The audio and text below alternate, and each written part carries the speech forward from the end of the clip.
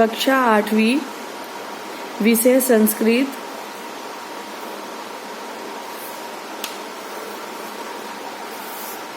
Good morning बच्चों, कैसे हो सब। आज मैं आपको पाठ 6 आत्मन प्रतिकूलानि परेशान न समाचरेत, अर्थात हमें अपने विपरीत दूसरों को गलत आचरण नहीं देना चाहिए, यानी कि दूसरों के साथ हमें गलत व्यवहार नहीं करना चाहिए। देखो बच्चों, इस पाठ में कत्वतु प्रत्यय का प्रयोग किया गया है।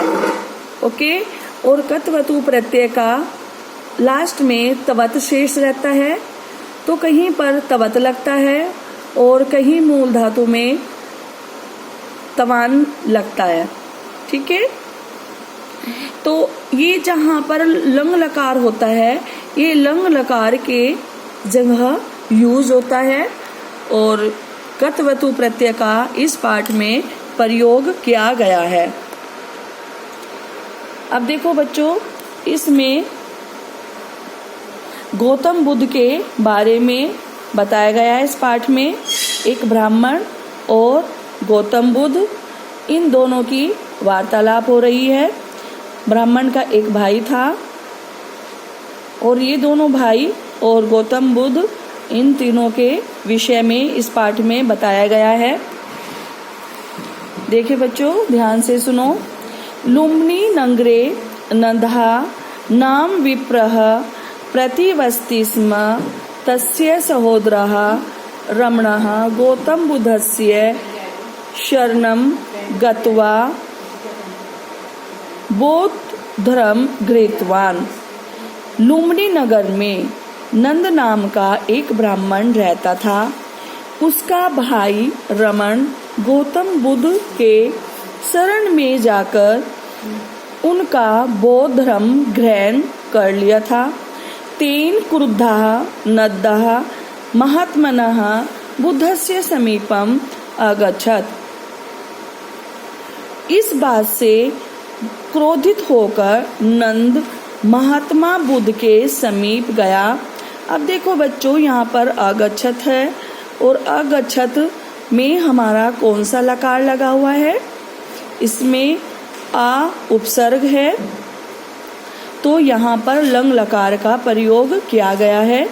ये मैंने आपको समझा रखा है, जहाँ पर भी आ उपसर्ग लगता है वहाँ पर लंग लकार लगता है। सह तस्मै उच्चैः बहुगालिका दत्तवान्। वह उसको ऊंचे ऊंची स्वर में बहुत सारी गालियां देने लगा।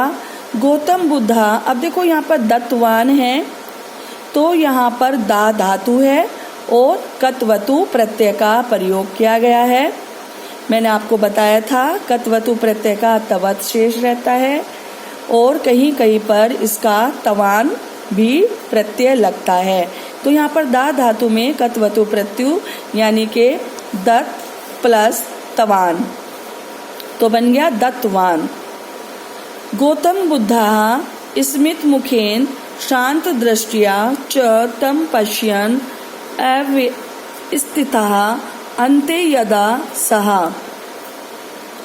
गौतम बुद्ध मुस्कुराते हुए मुख से शांत दृष्टि से उसको देखते रहे और अंत में जब वह रुका,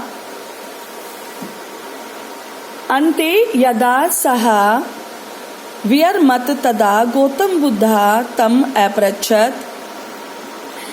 अंत में जब वह रुका, तब गौतम बुद्ध ने तम अपृच्छत्, उसको पूछा, कदाचित अतिथयः तव गृहे आगच्छन्ति न वा। पूछा कि आपके घर अतिथि आते हैं या नहीं। सह अवदत्, वह बोला, आम कथम न, हाँ क्यों नहीं आते। यदि अतिथ्यः मम गृहे आगच्छन्ति, यदि मेरे घर अतिथि आते हैं, तदा अहम भोजन आदि द्वारा तेषां सत्कारं करोमि, तब मैं भोजन आदि से उनका आदर सत्कार करता हूँ। गौतम बुद्धः अपृच्छत्, गौतम बुद्ध ने पूछा, यदि तवातिथ्यं ते न स्वीकुर्वन्ति तर्हि तत् तवेव न भविष्यति। यदि आपके अतिथि उस सब को स्वीकार ना करे तब तो आपका नहीं होगा वह। अर्थात बच्चों, जब हम किसी अतिथि को आदर सत्कार के लिए उनको कुछ खान पान कराते हैं, अगर वो खान पान नहीं करे तो वो सारा खान पान हमारा ही होगा ना। तो उनका कहने का, समझाने का मतलब यही है कि अगर वो भोजन आदि से उनका आदर सत्कार करते हैं, यदि अतिथि वह भोजन आदि ग्रहण ना करे तो यह उन्हीं का होगा ना। अब आगे देखो, आम ममेव भविष्यति, तो कहते हैं हाँ मेरा ही होगा। ब्राह्मणः नंदः उत्तरत्, तब ब्राह्मण नंद को उत्तर देता है, तर्हि एवमेव त्वया दत्ताः गालिकाः अहमपि न स्वीकृतवान्, तब इसी कारण से मैं तुम्हारी दी हुई गालियों को स्वीकार नहीं करता हूँ। अब देखो बच्चों, स्वीकृतवान यहाँ पर भी कौन सा प्रत्यय लगा है? कत्वतु प्रत्यय। और कत्वतु प्रत्यय का तवान यहाँ पर प्रयोग किया हुआ है। तः सर्वः त्वयि एव स्थिताः, तो सभी गालियाँ तुम्हारे पास स्थित है। गौतम बुद्धः कथितवान, गौतम बुद्ध ने कहा, बुद्धस्य एतया स्थित प्रज्ञतया प्राजिताः ब्राह्मणाः स्वयं अपि तस्य शिष्या अभवत्। बुद्ध की इस तरह की बातें से पराजित होकर ब्राह्मण भी उसका शिष्य बन गया। उक्तम च कहा गया है, श्रुत्यताम धर्म सर्वस्वं श्रुत्वा चे आवम धार्यताम आत्मनः प्रतिकूलानि परेशान न समाचरेत। सुनो, धर्म का सार अच्छे से सुनो, फिर उसके बाद उसको धारण करो। हमें अपने प्रति दूसरों का अनादर नहीं करना चाहिए और जो आचरण हमें अच्छा नहीं लगता है वो आचरण हमें दूसरों को कभी नहीं देना चाहिए। बच्चों, इस पाठ में यही समझाया गया है कि अगर कोई हमें क्रोधित होकर कुछ गलत शब्द बोलता है या हमारे साथ गलत व्यवहार करता है तो क्या हमें अच्छा लगता है? नहीं लगता ना। तो जब हमें दूसरों का दिया हुआ गलत व्यवहार अच्छा नहीं लगता है तो क्या हमें भी दूसरों को गलत व्यवहार देना चाहिए? नहीं ना। हमें कभी दूसरों के साथ क्रोधित होकर बातें नहीं करनी चाहिए, ना हमें दूसरों को गलत शब्दों के साथ बातें करनी चाहिए, क्योंकि ऐसा किसी को भी अच्छा नहीं लगता है। जो भी बातें हैं वो हमें आराम से प्रेम प्यार से बैठकर करनी चाहिए। देखो बच्चों, इस पाठ को अर्थ के साथ अच्छे से पढ़ना।